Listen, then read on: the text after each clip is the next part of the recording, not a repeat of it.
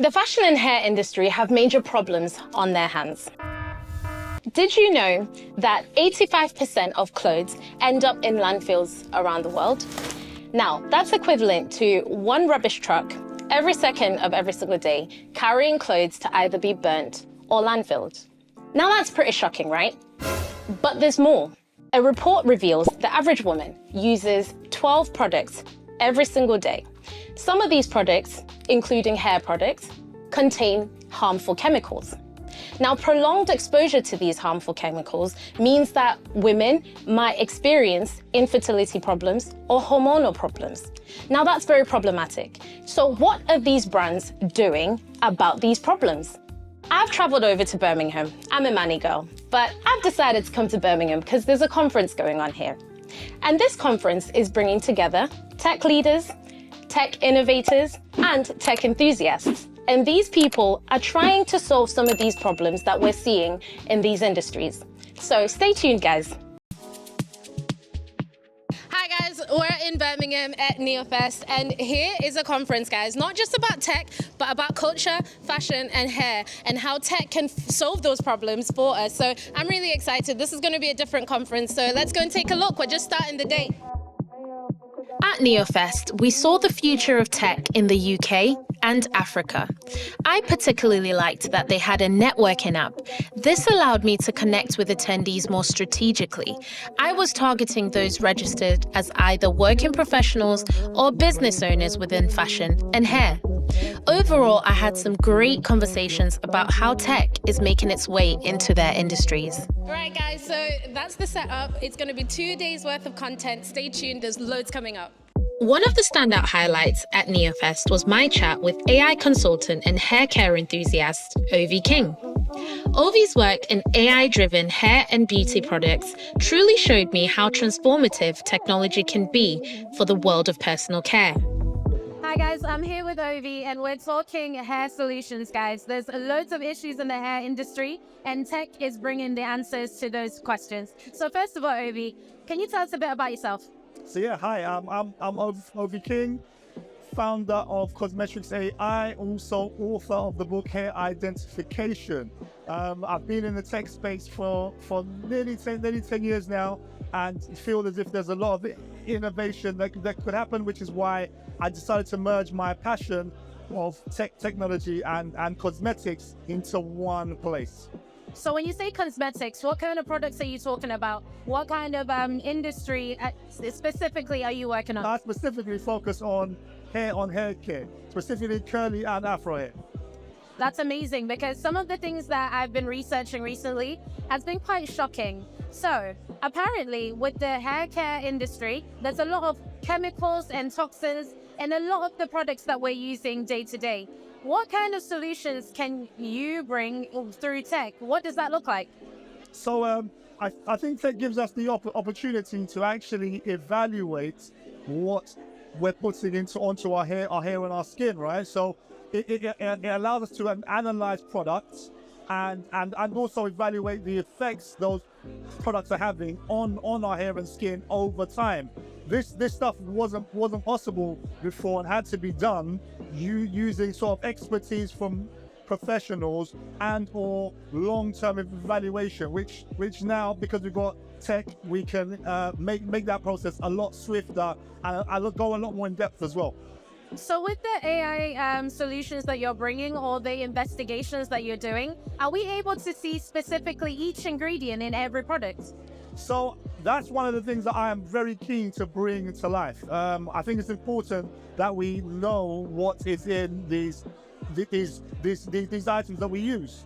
For far too long, companies in the industry has been able to get away with not completely being transparent about what they use. And I think we are now in a position to be able to double check and satisfy ourselves that what they say it is actually the case. And we can also encourage brands to hold themselves to a higher standard if there's some sort of accountability platform for what they actually produce.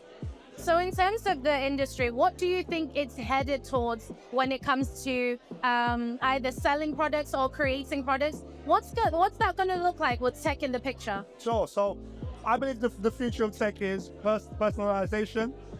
It's no longer going to be one size fits all.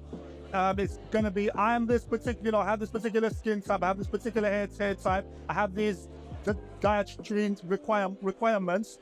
Now you make products that fit what I need, as opposed to me having to go and find products that I think work based just upon opinion and colors and the law of attraction, right? So tech allows us to make that journey a lot more personalized, and then moving on from that, customized.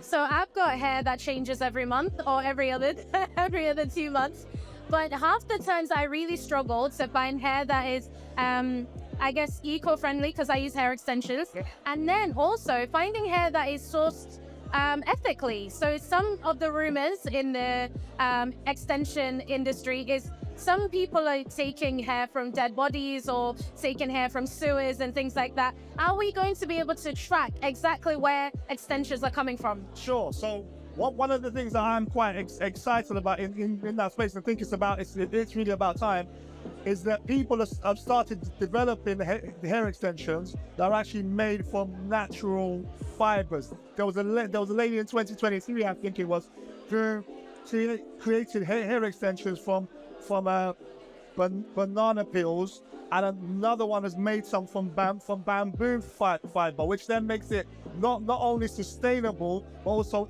ethical too. And one of the most important things is that you can recycle them and not add towards the sort of the toxicity levels in terms of pollution out there. I think the industry, in terms of extensions especially, has got away with too much for too long, and actually puts toxic or non-biodegradable materials into these extensions, which of course is harmful to the environment, and has to kind of change if we care about saving our planet. So I've been working in tech for a while. How do I actually get into what you're doing in terms of these AI solutions for hair and the cosmetic industry? How does someone pivot into that? Or how does somebody get into that from a different industry altogether? Sure. So I would suggest first of all, spending time understanding the current industry. So what is actually happening? What are the challenges? That will give anyone an insight into where the opportunities are. That's exactly what I did. I spent about two and a half years just studying and talking to people, going to events, hosting my own events, so that I could learn and become equipped with the insights. Once you have the insights, then you can move on to the next stage, which is really about how can I innovate? Like, now that I sort of have an understanding about the challenges, what can I use that's available in the marketplace, or I can adapt to now try and solve some of these challenges. I believe that this is the biggest opportunity of our lifetime, is to be able to decide and dictate how this industry looks, especially for our own community in the future, because at this present moment in time, the larger organizations, the big companies, do not have a foothold in this emerging cosmetic technology, beauty tech space. So that means it's wide open for us, the innovators, us the people on the ground who've got great ideas and now access to affordable tech to be able to develop things that make a difference. Okay, I really like that. So in terms of your maybe career advice for anybody in the world, what is your favorite piece of career advice that you could give someone out there in general? Sure. Mine would be stay away from what everyone else is doing. That is really short and sweet. But right now, there are certain industries and certain roles that are in high demand, right? And if you're sort of starting out or you're looking for a change, try and be at the head of that change. So jobs at this particular moment in time, like AI engineer, is in high demand across the world, right? Jobs like data analysts were in high demand 4 years ago. 4 years before that, it was project managers or software developers. Now those people are 10 up plenty, and the rates that you can command if you're in a position where there's many of you is of course a lot lower than if you're in a job or in a position where there aren't a lot of you and the skill sets are in demand. So anything around AI, data science specifically in terms of specialisms, prompt engineering. I'm not hearing enough people talking about actually looking into being a prompt engineer. ChatGTP and these other platforms like Claude. This is going to be the way that we make work and home easier across the board in the future. These tools need professional engineers who know how to get the best out of AI. It's like almost being an AI interpreter, right? So if I know how to get the best results out of AI, that means I can go into any project and get you the best results from this amazing, phenomenal, fantastic piece of tech that we now have available at our doorstep. So, I think at this moment in time, because the barrier to entry is not high either, you can get in at a reasonably early stage, and an 18-year-old could study prompt engineering for 3 years and become like a well-paid, highly respected senior person in 3 years' time, because this is brand new. Like being at the front of the curve really makes a difference to how you can impact the trajectory of your career decisions. And then once again, don't make that the thing that you do now. Jobs for life is a thing of the past, right? A software engineer prior to this phase that we're in now could have been a software engineer for 20 years. But the speed that technology is currently moving at now, you have to be on the curve of what's hot, and then keep your eye on what's coming next, and be prepared to switch and learn and engage to just keep yourself at that premium in demand position. So my final question, which I think you've already answered, I was going to ask you, what emerging trends and technologies do you think or anticipate are going to take over in your particular sector, your particular industry, if we haven't covered it already? So as I mentioned, AI is going to be a phenomenal game changer. It allows us to take personalization to a new level. I think being able to provide consultants to people, so being able to extract knowledge of hairstylists that have got 25 years of experience and train a model to keep that knowledge and then maximize that with 100 other experts is, regardless of what industry you're in, being able to use AI as a repository for knowledge and then transform that into useful services that other people find interesting and can solve issues and of course bring the cost down, is where the value is at. Regardless of what industry you're in, being able to do things like that, or being able to analyze or collect valuable data. So data's the new goal, right?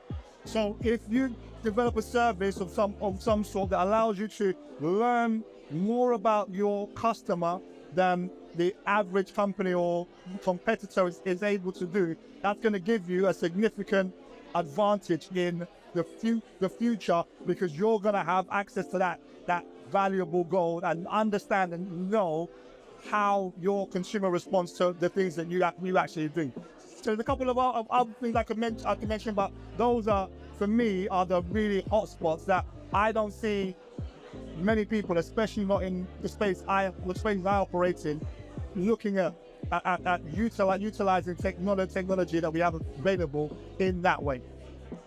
Thank you so much for your time, Ovi. Where do we find you? So you can find me on Instagram. I'm on Ovi King Official. My book is also available on Amazon. It's called Hair Identification. And I'm on all the usual platforms with Hair Care Revolution, Instagram, TikTok, etc. AI is changing the landscape of hair and beauty, moving us beyond generic products to personalized care. Even brands like Ruka Hair are using cutting-edge technology in their salons to offer specialized hair care. Their tranchologists at Selfridges are delivering bespoke solutions designed specifically for black hair. Both Ovi and Ruka highlight that the future of hair care is smarter, healthier, and personal.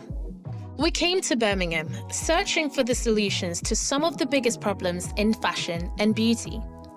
And we've left with a glimpse of the future, where technology drives those changes. All right, guys, so day number 3 at Niyofest, the conference has come to an end, and I just want to sit down with you guys and tell you my experience. Boy, was it complicated. It was definitely twists and turns, and things were changing by the minute. So let me give you a bit of context of the expectation that I had of this conference versus reality, right? So online, they said 10,000 attendees, expected 100 companies and 60 plus speakers. So I was like, this is going to be a huge conference. I was really excited because it's at home, it's in the UK. So first day was virtual, second day and third day were in person. So the first day was online, and then I drove over to Birmingham in the evening. Got ready for bed, and just before I slept, I saw a notification on Instagram that the venue had changed. 72 hours before the event, Millennium Point communicated to us that the event could no longer hold at their venue. And it's no longer at the big venue that we thought it was going to be at the Millennium Point. And now the new venue is Secret Space, which when I Googled, I was like, okay, cool. This looks like a smaller warehouse, which is going to be probably smaller than what I expected based on the website. So for what I saw throughout the weekend, there was about probably 200 people turning up to the event to attend. And I guess point number 2 that I want to speak to is the VIP versus standard ticket experience. So from what I saw, there wasn't much of a difference between the two. We all had access to the main stage and the smaller supporting stages, which were fashion and I can't remember the other one. But from what I saw, there wasn't much of a, like say, a VIP lounge or something like that. So for value for money, I'd probably stick to the standard ticket and wouldn't bother with the VIP. Now, there was a meet and greet that they promised for VIP ticket holders only, and that was for the headlining speaker. From my experience of that, I probably wouldn't recommend it either. I would probably still stick to a standard ticket. This is because we didn't get a chance to actually have a one-to-one meet and greet experience. So if that's what we were anticipating, then, you know, which we were, it was quite disappointing in the sense we didn't actually get to speak to the person one-on-one. So again, I would say stick to the standard, because just after his speech, you can probably run up and say hi to your favorite speaker. So again, value for money, stick to the standard ticket. Point number 3 that I want to speak to you guys is the nighttime entertainment. I love a nighttime entertainment, a bit of networking, drink, shake a leg. But this event, it was pretty much non-existent. I don't think it was as good as I've experienced it elsewhere in other conferences. So I guess that's one thing that you might have to bear in mind if you do choose to attend the next one. The final thing I want to speak to is the agenda and the timings. So the agenda was released ages ago online. So if you had planned and you were like, at this time I'm going to do this, pop out for lunch with a friend at this time, come back and do this one. Yeah, no. All those plans out the window, because the agenda went out of the window with the venue as well. So new venue meant new timings altogether. So we get there and the day actually started about 2 hours later. And of course, that's already jarring if you've already planned your day. You might not, let's say you're not even spending the whole conference there, maybe spending half a day. You might miss your favorite speaker if they're speaking, you know, later on. And one thing I realized, not all the speakers actually came as well. So that was one thing that was really, really disappointing on my end. I'm a super control freak when it comes to my schedule, so that was really difficult to work around. Another thing as well was the headlining speaker on day number 3 was supposed to start at 10:30, for example, but he didn't even get there till the afternoon. So again, very frustrating if you actually have a plan and you want to stick to that. And most conferences I've been to, are really good at sticking to the schedule and you can plan your day accordingly. So those are the things that I would probably say didn't go so well for this conference. Hopefully they get it better than next time. So are you guys planning on going to any conferences anytime soon? Please let me know in the comments below and hopefully I'll see you there. Otherwise, please like, comment, share, and subscribe, and I'll see you in the next video. Bye.